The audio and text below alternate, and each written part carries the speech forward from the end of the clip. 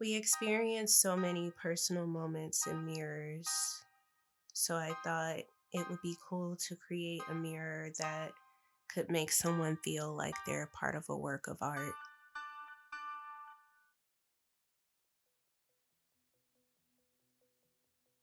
Creating this mirror was a journey. I had no idea where to start, so I watched tons of YouTube tutorials. The most helpful video was from DIY YouTuber Tina Lamack. What I loved about the anthropology dupe she created is that it looked like a sculpture. I thought it was such a unique way to create a frame and a technique that could be taken in many different directions. From the materials to her process, Tina's video provided me with the perfect template to create Little Bloom.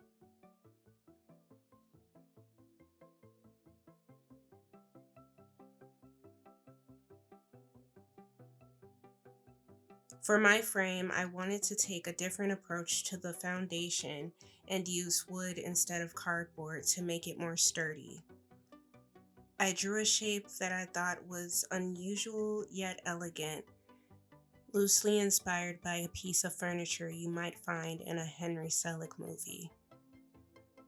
When I started this mirror about a year ago, my idea was to name it Sprung.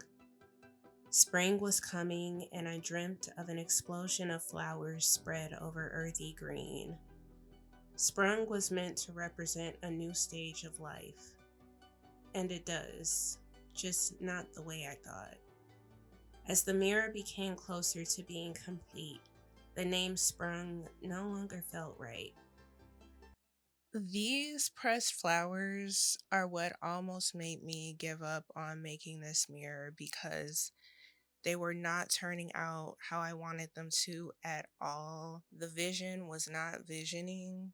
I just thought there was no way I could share this mirror on the internet if it didn't turn out exactly the way I wanted it to from the beginning. And it took me some months to get to a point where I could feel good about it again and feel like I could still make something cool out of it. Just accepting the process and taking a Bob Ross approach to my missteps helped a lot. The pressed flowers weren't even the only stressful part about this mirror's creation, but I really had to internalize the phrase, we don't make mistakes, we make happy accidents.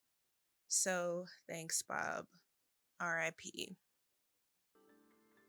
With way less flowers than I had envisioned, the mirror felt less like sprung and more like it was just beginning to bloom. So I called it Little Bloom.